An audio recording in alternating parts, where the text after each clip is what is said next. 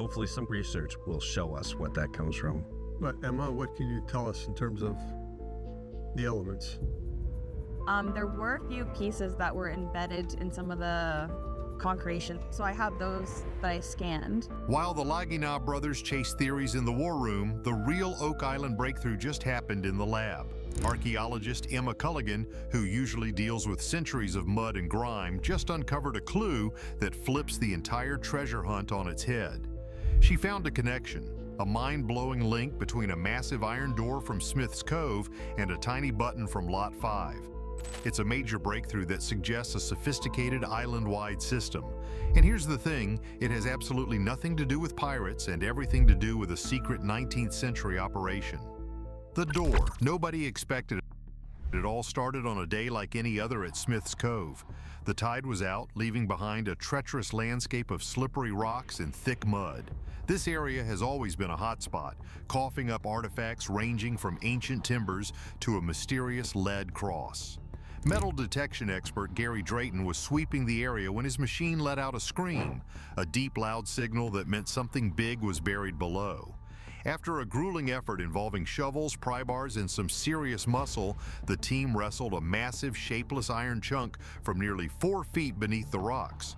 It was heavy, ugly, and looked like nothing more than wreckage. Disappointment was in the air. This wasn't a treasure chest, it was just a blob. The find was sent to the lab, another piece of historical garbage for Emma Culligan to analyze. As she began the painstaking process of cleaning the artifact, no one expected much. Using specialized tools, she carefully chipped away the thick layers of concretion, a rock-hard mixture of sand, stone, and oxidized metal that had built up over hundreds of years. For hours, it was tedious work. But then something incredible started to emerge from beneath the grime. First, a flat surface, then a hinge, and finally a clear, unmistakable design. It was a cast iron stove door, likely from the mid-1800s. A stove door?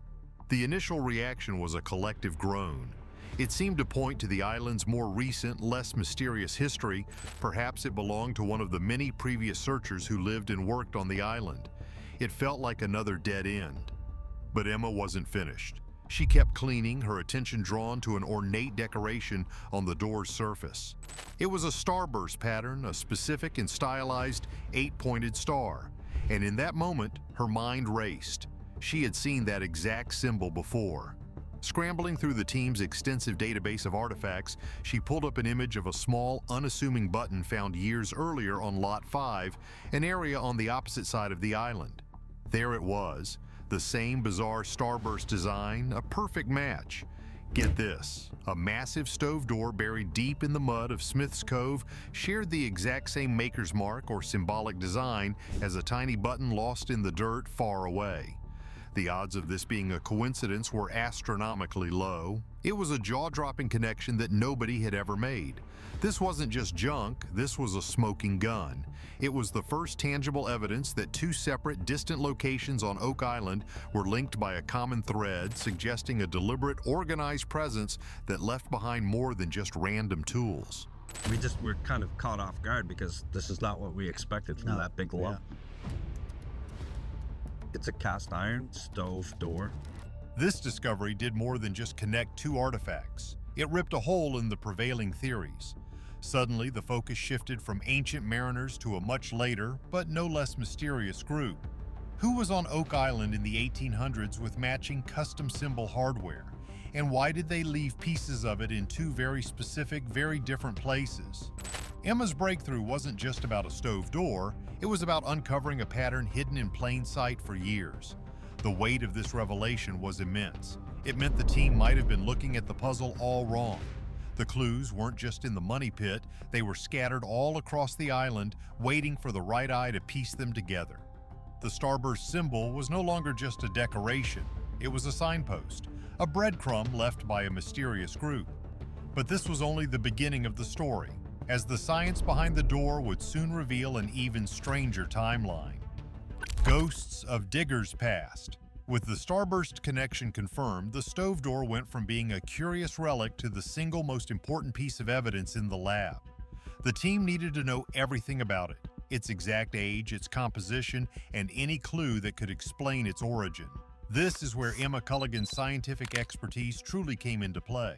She subjected fragments of the cast iron to X-ray fluorescence analysis, a process that bombards the material with X-rays to determine its exact chemical makeup without destroying it.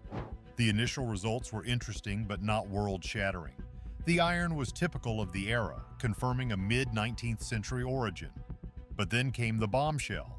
The analysis revealed trace amounts of a specific element that changed everything: manganese. While iron casting has been around for centuries, the specific technique of adding manganese to strengthen cast iron wasn't widely adopted until the 1860s and 70s. This was a huge deal. It definitively ruled out any connection to 18th century pirates or 17th century Templars.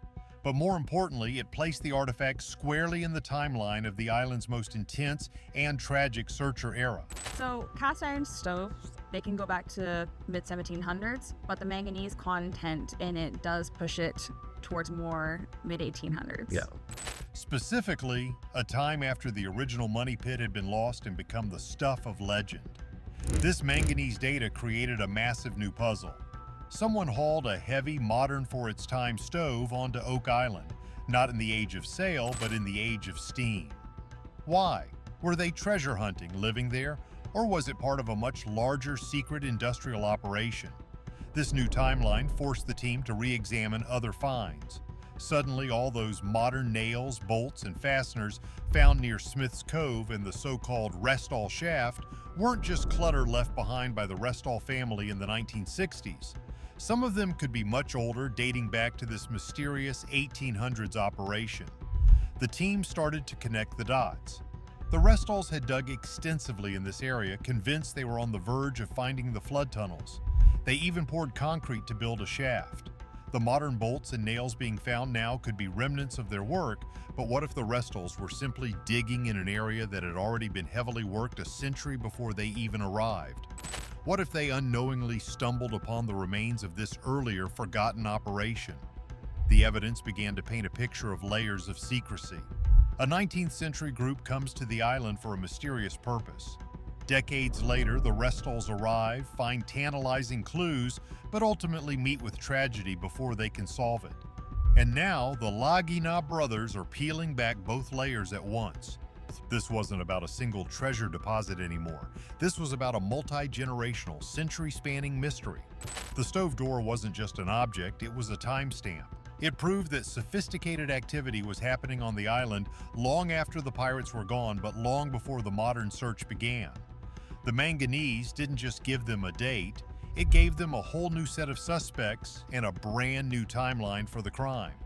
The question was no longer just who buried the treasure. It was now who was operating on Oak Island in the 1870s, and what were they trying so desperately to hide or build? More than treasure, a system. The revelation that a secret, well-equipped group was operating on Oak Island in the latter half of the 19th century sent the team down a rabbit hole of new theories. The starburst symbol was the key. If it appeared on a stove door in Smith's Cove and a button on Lot 5, it stood to reason that it could be elsewhere too. The team initiated a full review of every artifact ever found, searching for more instances of the symbol. The implications were staggering. This wasn't about random lost items, it was evidence of a branded operation.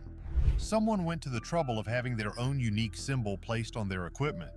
This suggests a level of organization and funding far beyond a small group of treasure hunters. The team began to theorize about a hidden network or system. The stove door wasn't just for cooking, it could have been part of a structure used to house machinery, perhaps a steam-powered pump to dewater a shaft.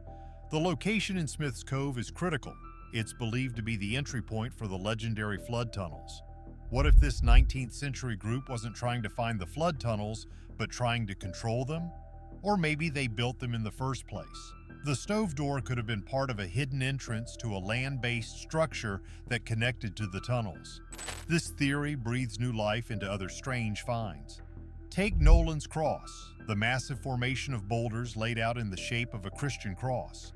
Its creator, Fred Nolan, also found strange artifacts nearby, including, you guessed it, parts of another old stove. At the time, it was dismissed. but now it seems chillingly relevant.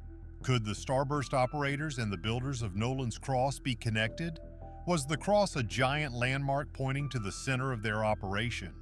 The starburst symbol acts like a geographical code. By plotting the locations of the door and the button on a map, the team could draw a line, an axis of activity. If they could find a third starburst artifact, they could triangulate a potential center of operations, a location that until now may have been completely overlooked. The entire island was now a potential crime scene, and every beep of a metal detector could be the next clue. They aren't just looking for gold anymore. They're looking for the builder's workshop, their living quarters, or the entrance to their underground works. This is historical detective work at its finest. The treasure isn't just an object, it's the full story of who these secret builders were. Were they a rogue military unit hiding something, a secret society with advanced knowledge, or a private corporation conducting a clandestine industrial project? Whatever the truth, one thing is certain. They were systematic, they were well-funded, and they wanted their work to remain hidden. The swamp, the money pit, Smith's Cove, they might all be interconnected parts of one massive man-made machine, a machine marked by the sign of the starburst.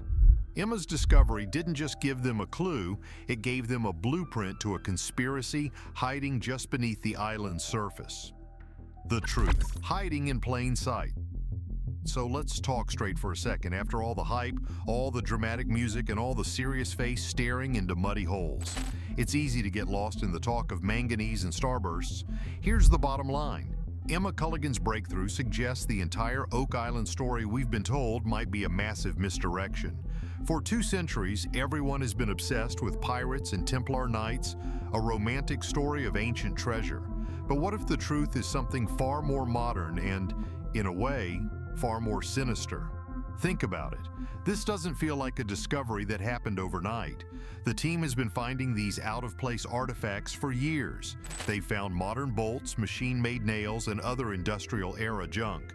For a long time, it was all explained away as debris from past searchers. But the stove door changes that.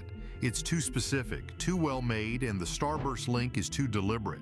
Are we missing a key detail? It seems the evidence for a 19th-century industrial or military operation is piling up much faster than the evidence for pirate gold. The thing is, this raises some tough questions. If this was a secret operation in the 1800s, what was its purpose? The effort it would take to haul heavy cast iron equipment to the island and build underground structures is immense. You don't do that to hide a few chests of gold. You do that to build something significant, a hidden military outpost, a secret smelting operation, or maybe a repository for something so dangerous or valuable it needed to be taken off the grid entirely. Could the real treasure be knowledge, technology, or something else the history books never recorded? It forces you to wonder, is the team even asking the right questions anymore? They're still drilling in the money pit area, chasing a story that is over 200 years old. But Emma's find screams that a huge part of the mystery is only about 150 years old. It's like searching for Roman ruins in a field but ignoring the World War II bunker right next to you. The evidence is pointing in a new direction, but the legend is a powerful thing to let go of. This isn't to say the original treasure story is false, but it's now clear that it's at best an incomplete story. Another group came later and wrote their own chapter right on top of it, and we are just now learning to read their strange, star-marked language. So is the real Oak Island treasure not gold, but the truth about a secret 19th century conspiracy? Let us know your theories below. Don't forget to like and subscribe.